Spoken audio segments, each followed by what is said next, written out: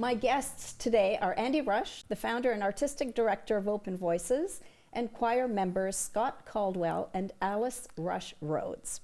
Open Voices is a non-auditioned mixed voice adult choir founded in 2002. Hello, Andy, Scott, and Alice. Hi. Now, that's quite a description. What is a non-auditioned mixed voice adult choir? Okay, well, we're a mix, so mixed voice means we're soprano, alto, tenor, and bass. Alice is an alto, Scott's a bass, and so there are men and women in the choir, so that's mixed. So it would be four-part harmony usually. We are doing one song in this program that's mostly 8 parts, quite challenging for us. I'm 70.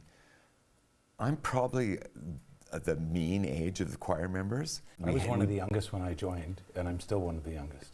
How old are you, Scott? 58. 58, yeah. There are some younger people though. So Alice is my niece, Eleanor's daughter, so she's on the younger end of things, but not the youngest. Yep. And then we have some quite elderly members too. We've got one woman who's 90 years old and she loves choir, and I think it's really great for her. So, and unauditioned means that, and that's the community choir designation means in our context. And that word community choir has different meanings. For us, it comes really from sort of kind of going back to Pete Seeger and the community choir in Syracuse, New York.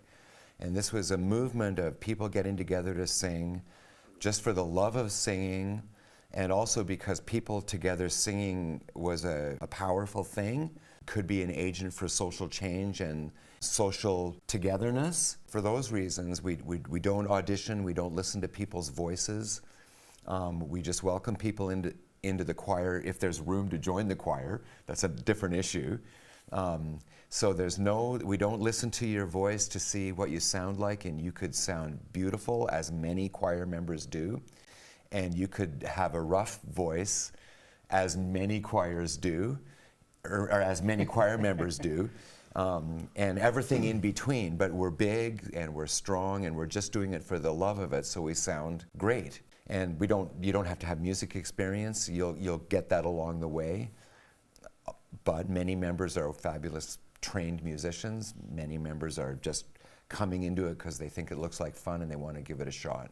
And how many members do you have? About 100 performing members. And you've got a big event coming up. January 25th, 2 concerts, one in the afternoon at 2 and one at 7:30. It's called All the Diamonds, is that's the right. name of the, okay. So Open Voices does 2 major concerts a year, usually one in January and then one near the end of May. And partly we do that to sort of avoid the seasonal concert thing in December, when in Kingston there were probably 40 choir concerts in December. So we just get out of the way and do our shows in January. And our concerts are usually based around a theme or based around a visiting guest artist. So this is kind of a theme-based concert, although it's a real mixed bag. And I picked the music really just thinking of music that would make the choir sound fantastic and show us off as a choir. Sometimes if we have a guest artist, the guest is fantastic, but we'll get feedback, too much guest, Andy, we want to hear the choir more. Of course, there's opposite feedback that says, we didn't get enough guests.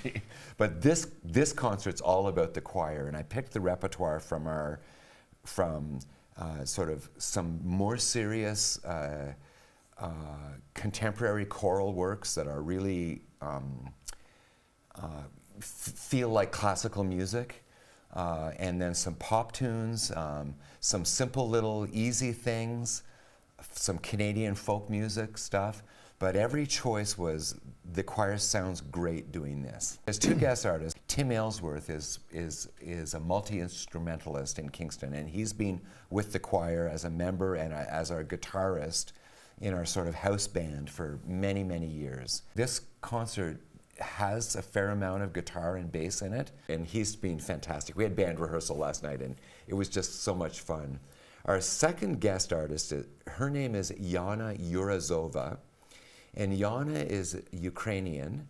She studied at the School of Art in Ludansk, and then went to conservatory in Kyiv, and she emigrated to Canada in 2021. She actually met, she was playing for Norwegian Cruise Lines in an orchestra on a ship, and she met the son of one of our choir members while she was at work, and they hit it off, and now they're together. So she's come to Kingston and lives here. She plays in the Kingston Symphony. She's wonderful. She's just a fabulous violin player.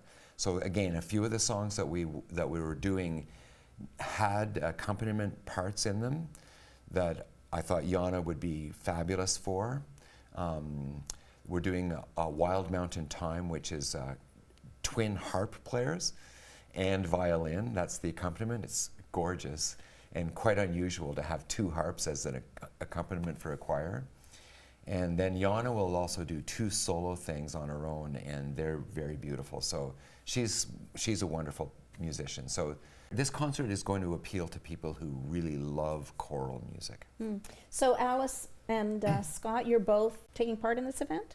Absolutely, yeah. This is only my second year in the choir, but I've been long involved in Andy's productions since I'm his niece, and have performed in some other community choirs as well. So it'll be exciting and fun, and I think one thing people love about being in choir is when you're there for rehearsal, you're very present and in the moment and focused on the work you're doing. And I think people who come to the concert will enjoy that as well, just being in community with other people, enjoying the music, and so we'll all look forward to that. Yeah. And Scott, you've been a member since?